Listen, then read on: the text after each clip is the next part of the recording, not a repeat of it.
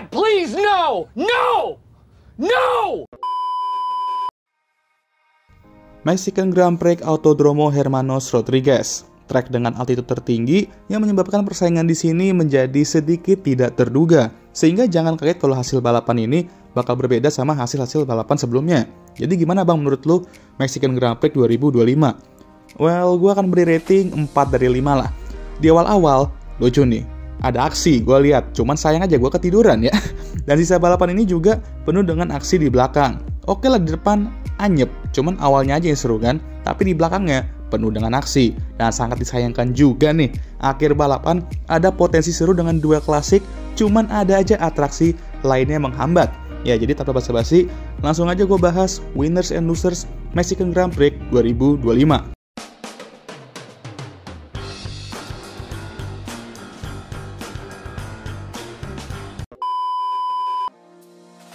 Winner chicken dinner sudah jelas akan gue berikan ke Lando Norris. Gue bingung ya sebelumnya, kayak ada kesenjangan besar nih di sini ya. Lando gacor, Oscar malah bocor ya kan. Lando dari free practice sudah terlihat lebih nyaman dibandingkan Oscar, padahal dia sit out di FP1 ya. Dan terbukti di qualifying gacor kali pole dengan jarak yang lumayan juga ya di track yang pendek kayak gini. Dan di race, ya sayang lagi baik lagi ya, gue ketiduran yo.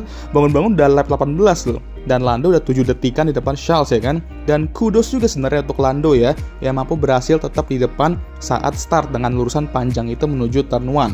Setelah itu, ya anteng-anteng aja di depan doi, sementara yang lain malah ada aja atraksi dan duel-duel di belakang tuh ya. Pada akhirnya, Lando melakukan hal yang semestinya dia lakukan. Pole position, memimpin seluruh lap, mendominasi dan menang untuk merebut kembali pimpinan klasemen dari Oscar dengan jarak 1 poin saja boy. Title fight semakin memanas ya kan? Kocak ya, di US Max mendominasi, di Meksiko Lando mendominasi, di Brazil mungkin Oscar mendominasi, tapi dalam mimpi. Ya kita nggak tahu lah ya, siapa tahu beneran walaupun weekend Oscar di Meksiko emang udah kayak atap bocor aja ya kan. Dan gue yakin sepertinya bakal terus kayak gitu juga untuk sisa leg Amerika ini. Tapi ya masih ada 2 balapan lagi di benua Amerika, ya kita lihat aja apakah dia bisa bangkit atau enggak. Untuk Lando congrats ya, karena ini merupakan weekend yang emang ya championship drive banget lah kita ngomongnya ya. Buya kedua akan gue berikan ke Charles Leclerc. Nah ini nih, lagi-lagi doi menunjukkan talentanya di Ferrari itu yang kelihatannya sudah sedikit mendingan sekarang ya. Udah dibawa ke zona-zona podium nih kelihatannya. Di Q3 kemarin, ada sempat ngasih tifosi sedikit harapan di mana dia mampu berada di pole sementara di first lap-nya. Cuman ya udahlah ya, Lando lagi make heki-reki isennya Zenitsu di McLaren itu di weekend ini. Dan sangat disayangkan aja saat start, doi nggak bisa buat banyak dan harus stay di posisi kedua dan sempet ada cekcokan dikit ya di startnya. Padahal ada peluang untuk rebut kepemimpinan dari Lando. Cuman ingat, ini 2025. Kalau ini 2024, gue yakin pasti kesalip itu Lando. Dan sepanjang balapan, dia juga harus stay di posisi kedua dan pace dia ya udah, dia bisa dibilang lebih kenceng dibandingkan pembalap di belakangnya. Tapi juga pace-nya jauh di bawah Lando. Sayang sekali karena gua awalnya mengharapkan mereka bisa ngasih Lando sedikit tekanan, apalagi di awal balapan kalau misalnya mereka bisa menyalipnya. Cuman gak apa-apa lah, lagi-lagi podium berturut-turut dan menahan late charge Max Verstappen juga di akhir-akhir, yang dimana emang asem banget tuh virtual safety car ya. Di akhir-akhir tuh kita di-rob sama duel klasik mereka di akhir balapan, sementara rekan timnya, nah ya ini nanti kita bahas ya. Tapi gue bisa mencium aroma-aroma Ferrari bisa mewujudkan let's go baby-nya Charles itu coy di sisa balapan musim ini. Buya ketiga, gue berikan ke Oliver Bearman. Nah ini juga lucu, anomali satu ini tiba-tiba di awal gacor banget, bisa salip berapa pembalap dan naik ke posisi ke-6. Lalu tiba-tiba entah dari mana datangnya udah kayak RKO-nya Randy Orton ya, tiba-tiba langsung salip Max Verstappen bah. Gelo, langsung kasih paham seorang Jordan di Haas itu ya, emang kekuatan gritty Haas ini merasuki Oliver Bearman di balapan ini ya. Lalu ketika Lewis kena penalti, langsung naik ke posisi ketiga dia, dan gelonya 2 Mercedes saja tuh nggak bisa nyalip doi. Jadi pure pace saja mereka sebenarnya udah seimbang gitu.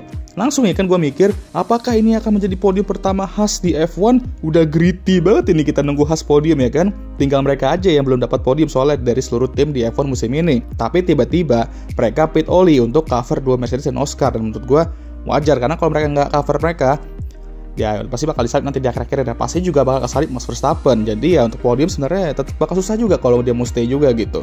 Setelah itu ya hilanglah harapan podium, dan paling bagus ya finish di posisi keempat, dan dia melakukan itu dengan menahan Oscar di akhir-akhir, dan bisa dibilang VSC benar-benar membantu banget. Cuman gak apa-apa ya kan, ini merupakan hasil yang bagus tetap. dan poin besar juga untuk rookie imut satu ini. Dan gue juga kudos ke rekan timnya Esteban Ocon yang mampu melakukan one stop dengan medium yang emang bukan yang bagus ya bannya ya di balapan ini ternyata, tapi masih bisa finish di posisi ke-9. Jadi ini merupakan hasil yang bagus untuk Haas dan semakin meresmikan Alpine bakal finish juru kunci musim ini.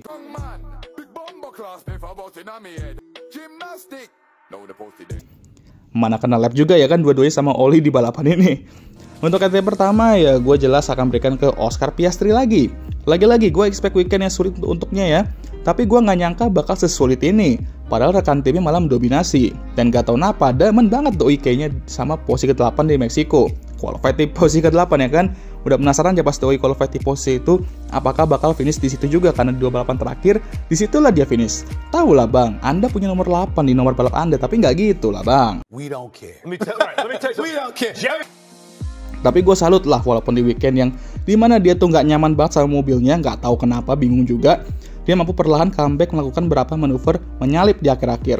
Apalagi manuver dia ke George tuh benar-benar klasik Oscar Piastri banget. Dive bomb move kayak gitu yang gue kangenin dari dia sebenarnya di balapan terakhir gitu. Pace-nya tuh ada dia, cuma ketahan aja pas di awal-awal sama pertengahan balapan. Dan sayang kehambat VSC juga, karena ada peluang untuk nyalip Oli untuk posisi keempat dan mempertahankan championship lead-nya. Cuman P5 akhirnya dan kehilangan pimpinan klasemen dengan jarak 1 poin. Yap, ini merupakan weekend yang berat dan kita lihat apakah dia bisa bounce back di Brazil. Karena kalau gue lihat dari track record dia di triple header leg Amerika ini, gue lihat Oscar emang terlihat lebih better lah di Interlagos dibandingkan Meksiko sama Austin. Apalagi ada sprint weekend juga, dan ini harus dimanfaatkan benar-benar sama Oscar. Tapi bagusnya, title fight semakin memanas, dan ingat masih ada satu anomali Red Bull itu juga yang gue yakin udah seneng-seneng kali pasti kita bakal ke Interlagos selanjutnya. Untuk NT kedua, gue akan berikan ke Lewis Hamilton. Akhirnya ya kan, Ferrari jumawa banget tuh bisa memiliki 2 pembalap di top 3. Tifosi udah kayak fans MU aja ya kan, jumawa tidak henti sepanjang 1 hari itu sebelum balapan. Kita bakal lihat ya kan, Lewis first podium ini dan Charles bisa aja menang. Buset, jumawanya emang gak main-main tifosi ini ya. Pas race, Lewis kasihkan duel sama Max dan kena 10 detik penalti. Kocak banget asli, dan ini bisa dibilang merusak balapannya. Alhasil Doi kan turun jauh ke belakang saat pit stop, harus serve 10 detik penalti itu, dan pace-nya juga turun karena kabarnya ada kerusakan di floornya.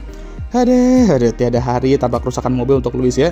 Bingung gue juga kenapa 3 balapan terakhir ini Doi ada aja kerusakan di mobilnya. Dan akhirnya cuma bisa finish di posisi ke-8. Kembali ke habitat ya kan. Padahal posisi ke-8-nya udah di reserve sama Oscar tuh sebenarnya. Cuman Lewis lebih demen sama posisi ke-8 itu. Asem kali lah ini, untung aja Oli nggak dapat podium tuh. Karena bayangin jika Oli, sang Ferrari Driver Academy, sang rookie di Haas-nya, dan calon pengganti Lewis nanti di Ferrari, dapat podium duluan musim ini di gritty Haas-nya dibandingkan Lewis di Ferrari-nya. Apa gak makin turun tuh image Lewis ya kan? Tapi emang lapas aja Lewis, tapi weekend ini merupakan sinyal positif mereka karena terlihat lagi-lagi bahwa Ferrari kalau udah leg Amerika tuh bisa bangun sedikit. Cuman sayang aja belum cukup lah untuk bawa kemenangan. Ya kalau Lewis nggak usah ngomongin kemenangan dulu deh, podium aja udah ngos-ngosan coy. Untuk NT ketiga, gue berikan ke Carlos Sainz. Emang dah nih orangnya, podium di Baku itu mungkin cuman ya sesekali dikasih keberuntungan sama Tuhan ya kan. Habis itu kembali dikasih bad luck lagi gitu. Di qualifying bisa out qualified Oscar, tapi sayang harus turun ke posisi ke-12 karena grid penalti. Dan di race pun adalah peluang untuk cetak poin, cuman bukan Carlos kalau nggak kena hantam sama yang namanya bad luck gitu ya. Pertama, kena penalti karena speeding di pit lane, yang kabarnya ada masalah mobil juga tuh. Pit limiternya rusak, jadi pitnya sesuai tagihan mungkin ya. Pit sesuai tagihan, kocak dikira asuransi kali ya. Alhasil kena penalti 5 detik, dan karena masalah pit limiter ini, Carlos masuk ke pit untuk kedua kalinya dan kena penalti lagi karena masalah itu. Dan kali ini penaltinya merupakan drive-thru penalti. Udah lama juga kita nggak dengar yang namanya drive-thru ini. Kalau pas era 2010-an atau 2000-an, udah penalti pasaran banget untuk para pembalap. Cuma sekarang lebih pasaran penalti detik aja. Dan yang makin menguatkan gue untuk masukin Carlos ke sini ialah karena Doi main berhenti aja di akhir-akhir dan mengeluarkan safety car dan mengganggu duel-duel klasik yang sedang terjadi. Nah, sememang Carlos ya kan, segitu sayangnya Doi sama Charles ya sampai rela berhenti untuk membantu Charles lari dari singa anomali yang udah lapar itu. Begitu juga beef dia sama Oscar pun juga belum kelar kelihatannya karena DNF dia juga membuat Oscar nggak bisa menyalip Oli di akhir-akhir dan membantu best friend-nya Lando ya kan untuk meraih championship lead dari Oscar. Tapi ya udah itu canda-candaan aja guys, gak usah dibuat serius ya. Siapa juga mau di-ref di akhir-akhir toh gitu kan? Ya kurang lebih gitu sih guys. Sekian video kali ini, gimana menurut kalian? Jangan lupa like, subscribe agar bisa tembus 10k sub sebelum akhir tahun, share video ini, dan jangan lupa juga untuk menyalakan lonceng notifikasi agar kalian semua tahu ketika gue ngupload video baru. Jangan lupa juga untuk follow Instagram gue. Cuy, ngantuk banget, pengen tidur gue. Guys, seperti biasa videonya akan ditutup oleh Ara, sayonara.